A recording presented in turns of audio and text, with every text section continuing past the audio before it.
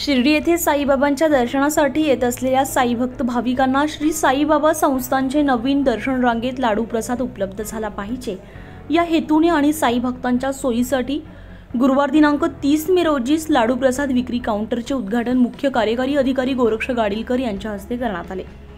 यावेळी संस्थानचे उपमुख्य कार्यकारी अधिकारी तुकाराम हुलवळे, प्रभारी उपकार्यकारी अधिकारी दिनकर देसाई, प्रभारी अधीक्षक शरद डोखे, प्रवीण मिरजकर, कृषी अधिकारी अनिल भणगे उपस्थित होते। यावेळी गाडीलकर म्हणालेत की साई भक्त भाविकांना चांगल्या प्रकारच्या सुविधा मोठ्या प्रमाणावर देण्यासाठी नेहमीच साईबाबा संस्थान प्राधान्य देत असते। त्या हेतूने दर्शन रांगेत जाताना सुरू केलेले हे लाडू प्रसाद काउंटर भक्तांना सेवा देणारे ठरेल असा विश्वास त्यांनी व्यक्त केला। साईबाबा संस्थानच्या माध्यमातून चांगल्या प्रकारे साई भक्तांना सुविधा उपलब्ध करून देण्यात येत असून त्यासाठी सर्व सुविधायुक्त आधुनिक तंत्रज्ञानाचा वापर करून साई भक्तांसाठी दर्शन रांग इमारतीचे काही दिवसांपूर्वी लोकार्पण करण्यात आले।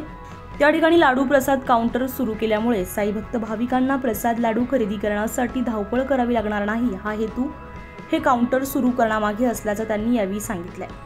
आणखी चांगल्या प्रकारच्या सुविधा देण्यासाठी साईबाबा संस्थान प्रयत्न करत असल्याचं सांगितलंय।